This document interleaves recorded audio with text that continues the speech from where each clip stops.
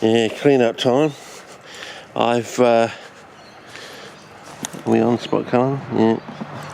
I put one of these magenta orange fluorescent weeds in to see how that responds, see if we burn the roots off of that, and see if we burn the roots off of these things here. I don't know. See how stable they are in the soil, whether they're going to get blown. Ooh, that's a little bit loose. That one's a bit better. That one's a little bit loose, so maybe you have to press that down a bit more, and hopefully it will settle in and knit in with the coming rain sort of thing. So we'll see if it gets burnt or not. And so note the colour now, because that may change, you never know. So yeah, note that it's sort of matching the colour there at the moment on that one there. You can get down any closer. Okay, and yeah, I can see a little bit of growth, a little tiny little bit of growth in 24. I mean, that's the whole thing with the double flush. Every time you double flush the pot, 6 hours you double flush it, you could actually see 0.5 centimetres worth of growth. Every time you double flush the pot, you get about 0.5 centimetres worth of growth. So if you went out 4 times in a day, get up at night time to go out there, you could get 2 centimetres in 24 hours. So that's what that's what told us there was something majorly going on. Of course, it took us another decade to work out that basically the pot has to be anaerobic. And somewhere in here I have, yeah, this one here. You see, if it's going to focus.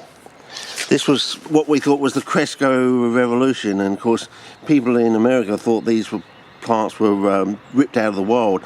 Mainly, I think, because of the foliage in amongst the pots. I think it was native foliage, I think. Either that or the leaves are too dark green or something. But and of course, the idea was it was all to do with this coir. But you notice something about the coir? Where is it? Hopefully this is the right one that doesn't have the things cut out. Yeah, Carnivorous Plant Culture in Holland by Larry Mellencamp. You can look it up in March 1986, volume 15, number 1. So 86, I mean, that's almost, it's over 34 years ago now. Yeah. You notice that there doesn't appear to be any sand in the medium. It just appears to be pure coir. And yeah, so that was any more? Or was the one on the back cover? Yeah. So the one thing is they don't seem to be using any sand. If you notice all the fly traps these days, they come in pots. There doesn't seem to be too much sand. There may be the odd chink here and there or something, and a little thing under the root ball or something like that, a secret pellet under there. But yeah, so we all thought, that the secret was the coir, you see, so we went off on like a 10 to 15 year side journey thinking it was all about the coir, and makes you wonder if they invested in the Indian coir companies. Of course, that was the other thing, is after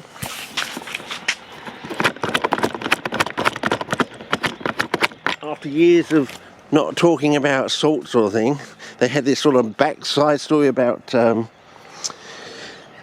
salty coir, the fact that they had it on the sides of oceans, big mounds of coir on the side, getting salt spray on it, and so it was salty and you had to wash the salt out. I put it to you, maybe that was a diversion story, and the fact was they were actually adding salt to their coir, and that's why it was salty. And so if you ever saw any signs of salt in their coir, they said, "Oh, I didn't flush it out quite properly." Yeah, it makes you wonder. They were keeping you in the dark and feeding you on bullshit. Well, as I said, I've got 100 grams of actual true salt in this 1 brick's worth of coir.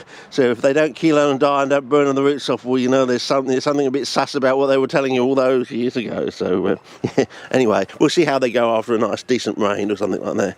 Okay, over and out.